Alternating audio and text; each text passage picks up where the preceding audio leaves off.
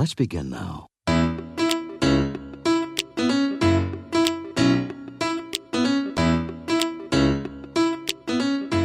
Welcome, everybody, to the Fantasy Golf Bag podcast for the Honda Classic 2020. I am Red Kachik, joined this evening by Axis to preview the Honda Classic in Palm Beach Gardens, Florida. We had a fun, eventful WGC/Puerto Rico Open. It seems like Axis had a little bit more fun watching the Puerto Rico Open last week. Again, not going to go deeply into detail on either of those tournaments. We're going to hop right into the Honda Classic and then talk through our top plays in each range. But before we do that, I'll bring in Axis and give me the lowdown on your fun sweat in the Puerto Rico Open, as it appears that was the most interested tournament for you. Yeah, it was a good week. The Puerto Rico Open had and it's funny because I really don't like that event, but it just shaped up that's the one where almost had the nuts. Had a really good core for their largest GPP. Was still tiny as hell, but it was like a fun little run. Yeah, it was a fun little sweat. Plus, a bunch of Twitter happened to hop on Teeter at 100-1. I know a couple had him even pre-event at like 125. So that was a sweat too. Unfortunately, Hovland, man, he chips in and he sucks around the green, and then he putts it that winner for 25. And hey, that's what good golfers do. I mean, they hit those big putts. So if he would have missed though, it probably would have rolled damn near 5-8 feet past. So such is golf. Still a pretty successful week. I know for baggers out there, pretty successful showdown week too. Been really churning out some big paydays for the fantasy golf baggers in Slack there. Yeah, again, I think we've had a first-time winner, or at least like a decent cash the last couple weeks. Obviously, Crack Drafter continues to do really well. Orange Man had his win a couple weeks ago, which was always exciting for everybody. And then Rat Pot on DraftKings finished fourth, I think, fourth in the big GPP on Friday. I think it was Friday or Saturday, but for a cool $700 in that one. So congrats to him. I know everyone's been grinding Showdown. Really, it's starting to creep into round one, which is somewhat frustrating for me because it's like I can't deal with everything and then round one. But yeah, round two through round four is a lot of fun. And a lot of sharp people that are obviously helping each other. And it's fun to see people actually see success that the others are having. So obviously this will be another week with only one event going on for the PGA Tour, also European Tour going on. But yeah, so a lot of showdown, I'm sure, from Thursday on through Sunday. And they do like the normal and then the late, which I haven't got into late yet, but it's such a small pool. I'm sure guys will start to creep into late slates as well. I found myself dipping the toe into the late rounds. It's like any DFS thing when they first put it out and not a lot of people play it. I think you can still find an edge. There are more sharper people in the late round. Like I noticed not as many casuals are lining up to play late round PGA. So it's yet to be seen if that. I think they'll need to get a little more popular. Unless you want to go up against the same 8 to 15 familiar faces. But for now, yeah, the showdown sweats are great, and there's still an edge to be had there. Yes, it is. So mostly uneventful from the WGC. Patrick Reed won, which is great for people that hate him. He continues to play well when people hate on him. So keep that in mind as we go towards the Masters, where I'm sure all this will come up once again. But let's go ahead and transition quickly to the course profile for the Honda Classic. I know everyone has been pretty thrilled with our last couple podcasts, keeping them nice and short, about 45 minutes or less. I think 45 minutes really been our cap the last month and a half or so. So the intent is to do that as well this week. So I'll go ahead and dive into my course notes, and then I'll let you kind of cap off. I know you'd go a little bit deeper into some of the course metrics and stuff that fits, stuff that relates to more course fit than myself. So again, the Honda Classic is this week being played at PGA National. It's in Palm Beach Gardens, Florida. That is on the east coast of Florida. It's a Tom Fazio design, par 70, 7,100 yards. So it doesn't look very long on paper. As we get into the metrics as far as fairways, green regulation, driving distance, I think you'll see an interesting comparison to a few courses, which I think Axis will touch on. But the scoring average was about a stroke and a half over par, so it plays very difficult. We'll touch on the recent winners as well. It's single digit scoring, like 4 of the last 5 years, I think. I think 8 of the last 9. So yeah, very low scoring. It's driving accuracy at 62%, which honestly isn't very low for the way this golf course sets up. Driving distance at 276.3, pretty short, and green regulation 58%, and that was for last year. I'll go ahead and bring in Axis. I know he was looking at this before we went on the air. It sets up as some of these courses where, quote unquote, less the driver, but the green regulation number with the driving distance, I think speaks to how people play this golf course. This is, if you're new to PGA DFS or just golf in general, this could be a very tilting week for you. There's a lot of trouble out there, so I'll just start with trouble, and then I'll get to the club down really quick. Off the tee, I found, I forget how many thousands of shots I went through. I wrote it down, and now I lost it in my notes. But thousands of shots that I went through PGA National. About 4% of them end OB, water, native area, wherever. About 3% of approach shots do, which is about 2% higher than your average course approach shot. So there's a lot of trouble to be found, and you will tilt your face off because your guy will be just plugging along, and implosions are everywhere. And it does take distance out of the equation compared to a normal course as well. Obviously, distance is always an advantage. It's less of an advantage here. About 9% of drives are shorter here than on an average course. It's very similar to a sawgrass or a pebble off the tee as far as distance is concerned. Not necessarily what the golfer's looking at, but the amount of drives that are basically forced to club down or shoot to a specific spot. It's similar to those sawgrass, pebble type courses. It's also, you mentioned green irregulation, and when you miss those greens, it's also very difficult if you miss those. So that's from fairway, rough, sand. I got rid of out-of-bounds shots just to get rid of some of the higher scores of that. There weren't that many that it got rid of, but it is, I think, the second hardest I found when you don't hit a green, and that's not in regulation. That's just whatever your approach shot to the green was. If you miss it, it's a very difficult course to get up and down from that spot. So keep that in mind. Maybe bump long-term around the green if you want to make your models with individual strokes gain data. Bump down off the tee a bit. You still don't want to be crazy, and then up the irons, weighted green and regulation. It's a good week for that. It's not really a good metric, I guess, for spraying your irons, and these guys don't spray them too much, but again, weighted greens can help you take that into consideration. So should be a fun week, but that's kind of what I'm looking at from a golf course side. And a key yardage, I guess, would be 125 to 175. You'll probably get, on average, 11-ish shots from that range. So it's kind of what I'm looking at for PGA National this week. Yeah, I think leaderboard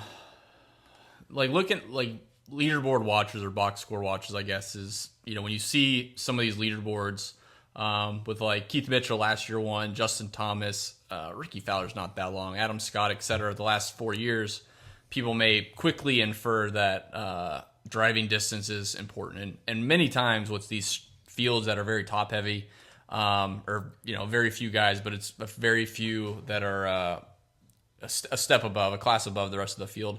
Their driving distance kind of comes with their package, and you're gonna find reasons that shape your course fit ideas. But if you look down in the broader scale, so you can look at the top 20 guys, you can look at the full field. I think that's a really good way to get a nice understanding of people playing good and bad.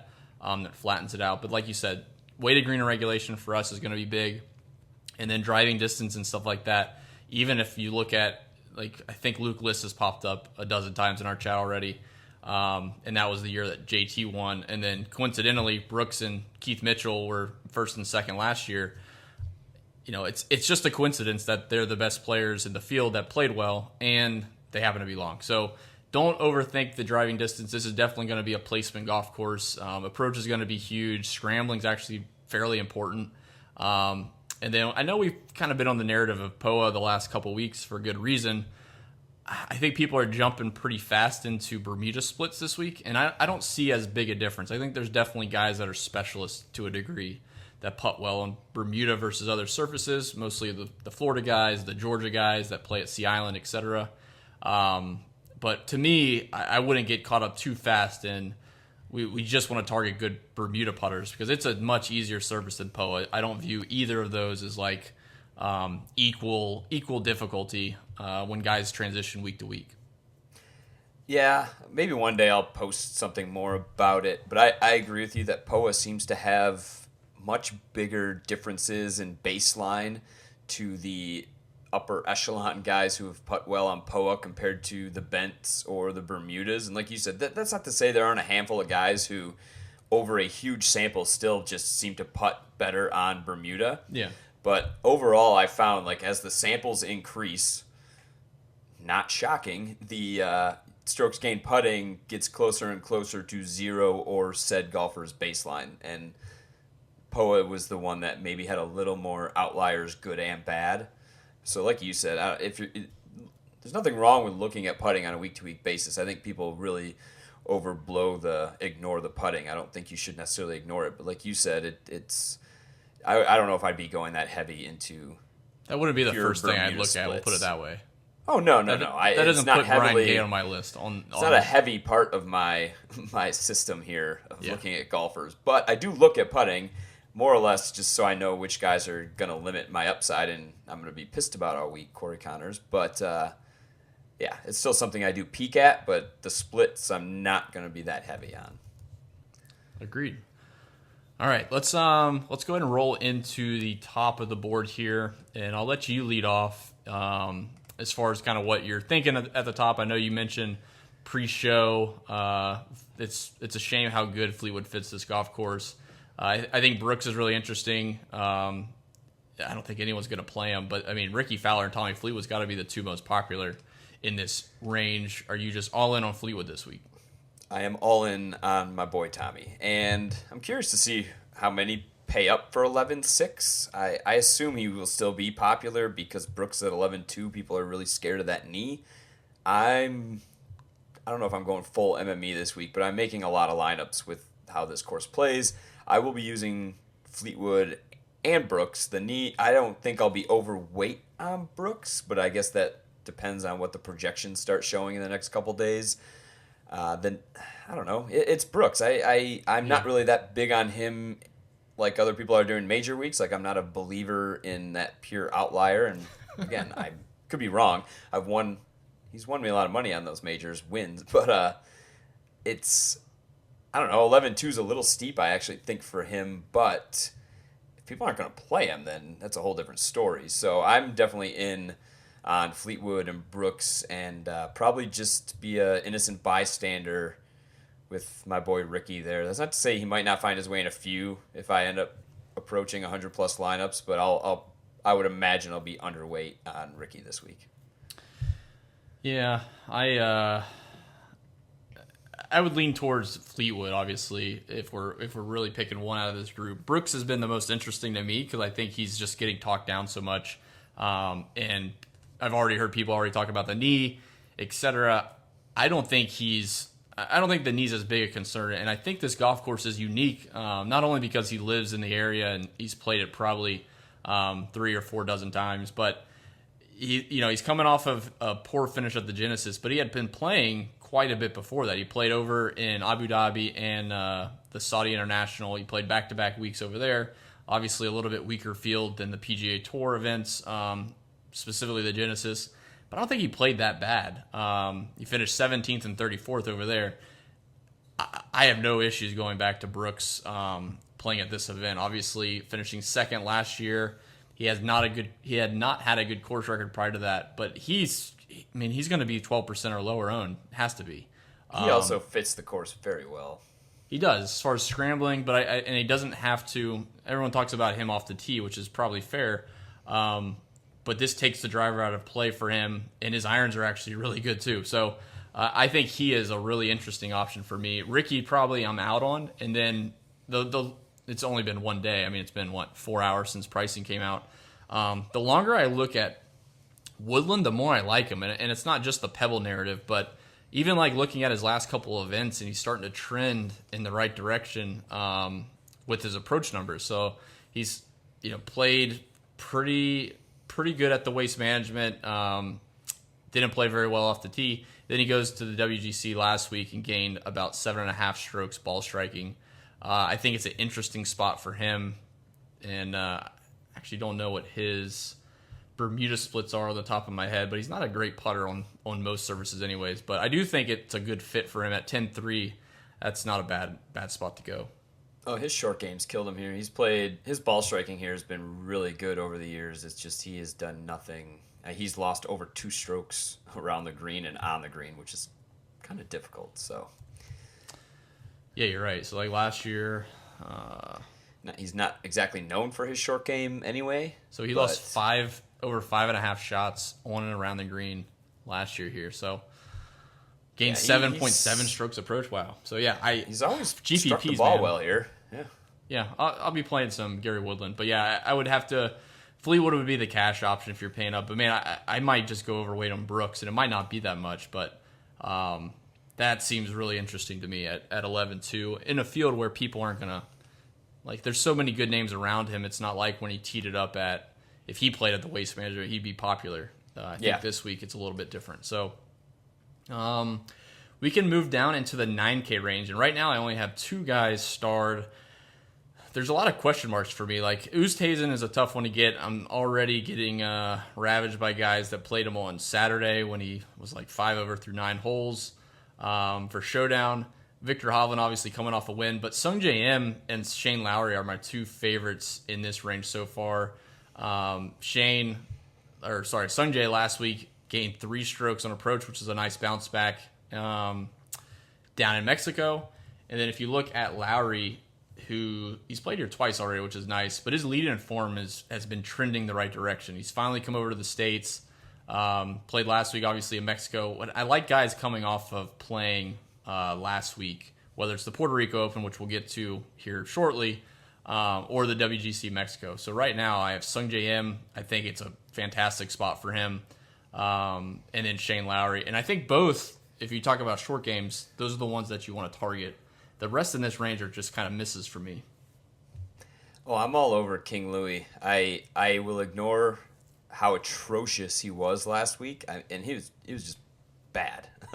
There's no real other way to paint that performance. However, that's not typically him. I'm willing to ignore it. I assume I'll be overweight on Oosthuizen this week, and I'm okay with that. He projects out pretty well for me. I'm not going to let 4 rounds kind of sway me from that. It happens a lot. I talk about it a lot in Slack, and most recently with Vaughn Taylor and even Lanto, they had these 2-3 week, missed cuts that I was on them, and then everybody gets off and suddenly they pop back into the form they were showing, and golf's hard to predict. So I try not to let the 4 rounds there dissuade me. So back on Louis. Hovland's a tough one with how difficult this course can be when you miss greens. Yeah, we saw that full display last week on an easy golf course. Yep. So that's tough, even though he is the elite ball striker in this field. So I wouldn't talk anyone off of him. I'll probably have some. So other than that, a little more EVR this week as well. He rates out pretty well from this key yardage range for me with the irons. Other than that, not much from me in the 9K range as well. I think we talked pre-pod that your winning and losing decisions are going to be made at 8K and below. Yes, very much. Because there'll be a lot of, it could start right here, which we'll go ahead and get into the 8K range. So I got 2 so far. Going to be a recurring theme for sure, but it's Daniel Berger season once again. But I told you kind of pre-show, this is the weeks where I feel like the guys, if they're not hard to get to, like at 8,900 for him, I don't feel like it's a hard path to pay to get Daniel Berger. If you look through his last couple showings, 9th place, 5th place, and that was 3 and 4 weeks ago. And he's played here 5 straight years. 2nd place back in 2015 when he was a rookie on tour. I mean, he's been gaining strokes tee to green since he came back into Sony. 38th, 29th, 9th, and 5th, like I said. He grades out extremely well. And again, he's kind of like the St. Jude Classic, a course where you don't have to pipe driver. You club down a bit, but it's a lot more on position off the tee shot, and then it's about irons and then scrambling. So like him quite a bit. I mean, probably in cash, I would still go to him over some other ones near him. But it's a perfect storm where he looks great coming in. The next one that I'll touch on in the 8K range is Mr. JT Poston, who is a little bit more of a wild card. But when I look through the Spectrum data from the last 5 events, he is one of like 3 guys who have gained strokes for us in 3 of the 5 events. So he's played only 3 of the 5. Some people have played 5 or played 2. He's the only one of 3 guys that have played 3 events and have gained strokes in all 3. So he's at the top of my list. Again, I view this as a second shot golf course per se. And if you're looking at position off the tee, a lot of times it kind of boils down to how their irons are. Even if it's a fairway wood or a hybrid or something to position, it boils down to be like if you're good with your irons and your approach looks good, you're going to do fine getting it off the tee and in play. So JT Poston's probably going to be one of those, and he's a better than average Bermuda putter, which makes a lot of sense since he plays at Sea Island, Georgia. But those are really the 2 that I like there the most. At the low end, I think you get guys that have a lot of different question marks, so that's really where I'm focused. This range, I'm going to be back on golfers I've been playing all year. There'll be more Corey Connors in my life. There'll be more JT Poston, and more than likely there'll be more Byung-Hung An. And this would be a good. Not to cut you off. This would be a good tournament for Corey Connors to win. When you think about winning score being, 7-8 under par maybe, where his ball striking keeps him in it, and he doesn't have to make 80 feet of putts around just to stay in contention. So, yeah, believe it or not, he hasn't been completely awful on Bermuda, just semi-awful. So if you're into that, that's encouraging. But yeah, he projects out well for me, especially in this range. I think for this field, he's underpriced. You touched on Poston. I don't need to go much there, but again, he's one of my higher, if not the highest, in the 8K range here, I believe, projection-wise. So I'll definitely be on those 2. Byung-Hung An is one I'll have to decide on, and I think I'll still play him. The decisions here will be how much of each of those golfers. Those are my 3 favorites, though. I'm sure Berger will find his way into some lineups as well, definitely will be the heaviest on Poston and Connors, and then I'm going to let some projections of ownership dictate just how much that I'll be crying over those guys this weekend. Because then we get into the 7K range where there is just, oh my gosh, there's so many golfers down here that it's going to be tough to spread it out. There's a lot. I don't know if there's a lot to like, but there's a lot to navigate, and there's enough golfers that like a Knox, and I mentioned Vaughn Taylor earlier, that I think are slightly underpriced. Knox has a good fit for this place. You could play Varner here as well with his off the tee irons and around the green game. I think it's good enough to do well here. Yeah. I think I'm going to try to spread myself out through the 7Ks. Yeah, and again, you look through this range, and there's enough soft price guys that make you feel comfortable rostering them in cash, or even if you're hand building tournament lineups. Like I'll mention a couple of the ones that I got started here in a second, but when you feel that comfortable getting down there, everyone else feels just as comfortable plugging in a Matthew Naismith or a Keith Mitchell, guys that have popped recently, maybe popped at this event, maybe popped well in POA, whatever it is. So that's always concerning, especially in tournaments where you start looking at expanding your player pool a bit just to get other pieces, because like chances are people are going to gravitate to 4 or 5 of these guys. They're going to be way higher owned than they're projected, way higher owned than they should be. And if you can avoid those miscuts, then you're going to be in good position going into the weekend. So keep that in mind too. If you're plugging in one of these guys into 2 out of 3 lineups, start going a different route for the next one, obviously, and then build out a few others with them excluded. But the main ones that I'm targeting is going to be Russell Knox. I think he's a great fit for the course. His last 2 events probably will keep people off of him. But if we look longer term, I mean, he's been as consistent as anyone with his irons. He's picked up distance, which I don't think matters here, but it is kind of reassuring to know if he's clubbing down, he doesn't have to. He can club down even more this week. Maverick McNeely's been extremely consistent of late. I kind of mentioned to you, he finished 5th at the Pebble Beach Pro-Am, which slightly due to the POA greens, I'm sure he was comfortable on. He's a California guy. But 15th at the Farmers, which is a very difficult golf course. And then he's made cuts. He's made cuts in 7 events prior to that. So I like him quite a bit at 7,500. I still can't figure out what style course fits him the best. Because so far he's played every style pretty well and hasn't done it in just one category. He's kind of spread it around. So I do like Maverick McNeely a good bit at 7,500. Keith Mitchell at 7,300. Popped again. Was it at the Pebble Beach Pro-Am and the Waste Management? 16th place, 32nd, and obviously won here last year. It's a good Bermuda putter. I'm willing to hop back on that. And then the last one I'll mention, 2 more. Matthew Naismith at 7,200. If you've been following our EAP data, he's been lights out for the last 5 events since the start of the year, and he's showing it, over and over again. He's playing really well. Played again really well last week in the Puerto Rico Open. I think he finished top 5, if I'm not mistaken.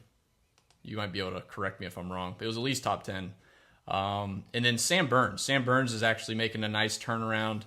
Has gained strokes on approach in his last 4 events, 6 at the American Express, 49th at the Farmers, and he finished 23rd at the Genesis a couple weeks ago. And he's played this event twice with a top 10 back in 2018. So those are just a couple off the top of my list that I like and I'll be going to in quite a few lineups. But again, like Axis said, it's very much wide open to try to figure out where you want to go here. Yeah, I mentioned Knox and Taylor off the top, and that's just the upper end. Where it gets tricky, like you said, is down these lower 7s. So I marked Brian Harmon, rated out very well in the projections for me, and then you go and look, and he's been long-term solid off the tee with the irons around the greens. We know he can putt, so I think at 7,300 you're going to get pretty good discount on a guy who's been playing solid golf, especially compared to other golfers in this area. I have no idea who down here will be popular yet. So just, if these guys start inching up, I'll still mix some of them in. I think there's enough for me to like down here where I don't know if I'll full fade even a guy. I mean, if someone's getting up towards 20% in the low 7s, that's very rare, but even 15s, like I might be underweight, but I'm still going to sprinkle these guys in. Higgs projected decent. You mentioned Naismith. I like him a lot. I was on him last week. Yeah. In Puerto Rico, like you mentioned, solid showing. I'm willing to go back to him this week at 7,200. Cameron Tringali, been playing a lot of him this year as well. And again, he's been positive and off the tee approach and around the green. So I think there's still a lot to like there at 7,100. I think you're getting a pretty consistent golfer too, compared to looking at guys around him. Jim Furyk popped, but I've been off Furyk when he's been popping. I think I'm still mixing in some of his past form. I don't know. He's gained with his irons in like his last 12 straight events. So maybe this is a course where he can find something again. He's done well in the Florida swings. And I don't know if it's just the way the courses are set up, but like even the Players Championship, which is typically touted as a long golf course, he controls his golf ball better than a lot of guys there and plays well. So yeah, it could I be think a this Florida is thing. similar. I'm not sure. It just worries me. Again, I know he's been hitting the irons well, so I wouldn't talk you out of it. He missed the cut by one shot the last 2. Yeah, so he hasn't been playing terrible. So he is in consideration. I just don't like playing It's like when Stricker was on his final year or two in PGA. Like, he still seemed to rate out well. It just didn't always end well. So I don't Yeah. know if Furyk's entering that zone. I just noticed Matt Wallace was 7,100. I don't know how I missed that, but wow, how things have changed. He should be lower. Yeah, there won't be much. 6,100. Yeah, that's wild.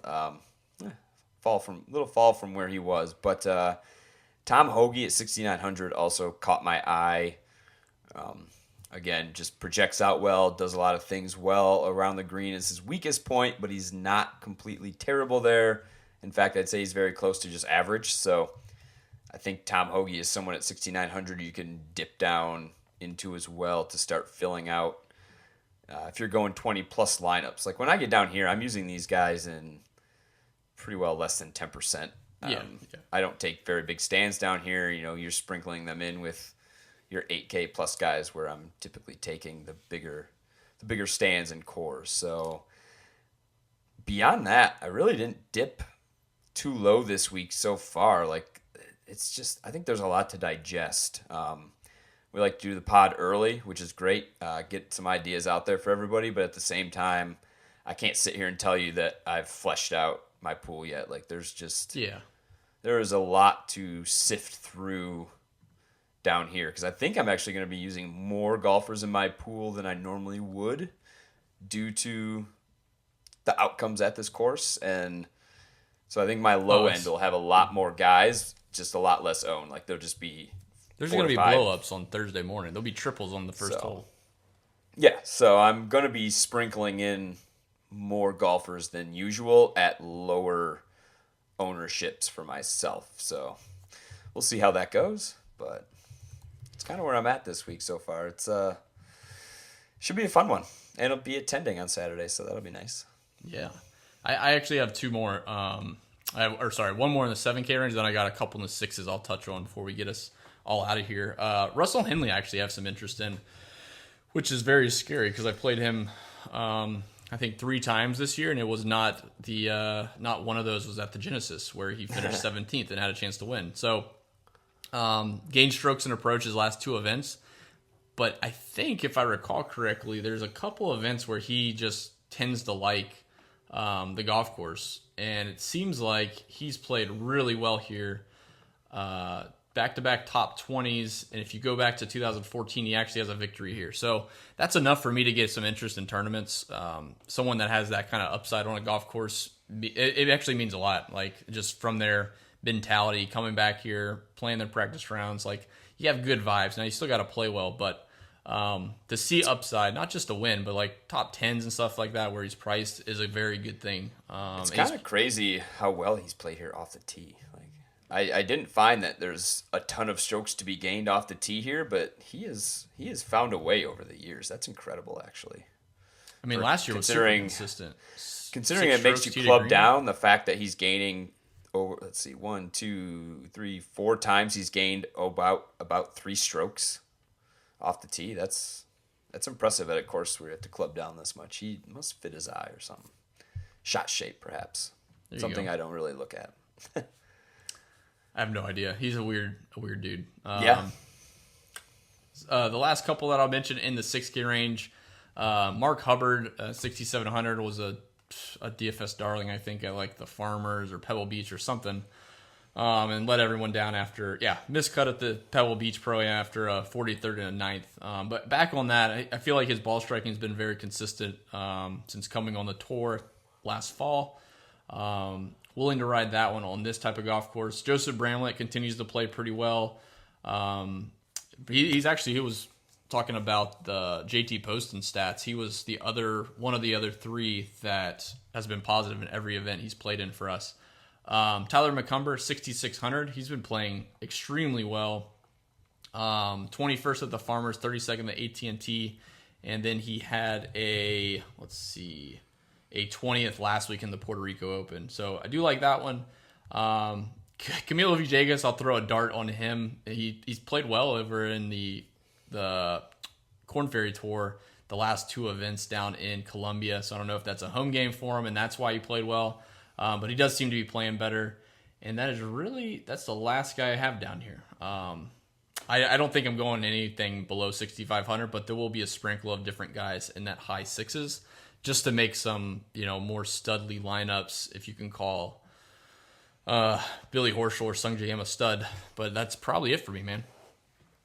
Yeah, the only other guy I wanted to mention quick was Xinju Zhang down here. Played him last week as well in Puerto Rico. I think his type of game could do well here. And he's 7,000, so I just wanted to throw that out there as well if you want another fish to throw in your bucket for spreading thin down here. I think Zhang is in play this week as well. Perfect. But yeah, I'm with you. It's still be a lot of fleshing out here before Thursday. Yes, absolutely. It'll be fun builds. I'm sure I'll have plenty of player groups and trying to figure out how many is too many 6K guys to actually have leverage and actually lose money. So trying to compare those two.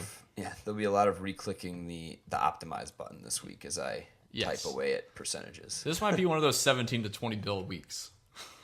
Yeah. I've had many of those, yeah. Yep. But yeah, that'll pretty much do it, guys. Axis, as always, man, appreciate you coming on for the podcast.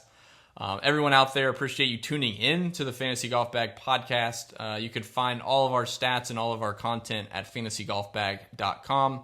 The Fantasy Golf Bag app available for iPhones is completely free to help you with your showdown lineups or build lineups for the PGA Tour or European Tour DFS.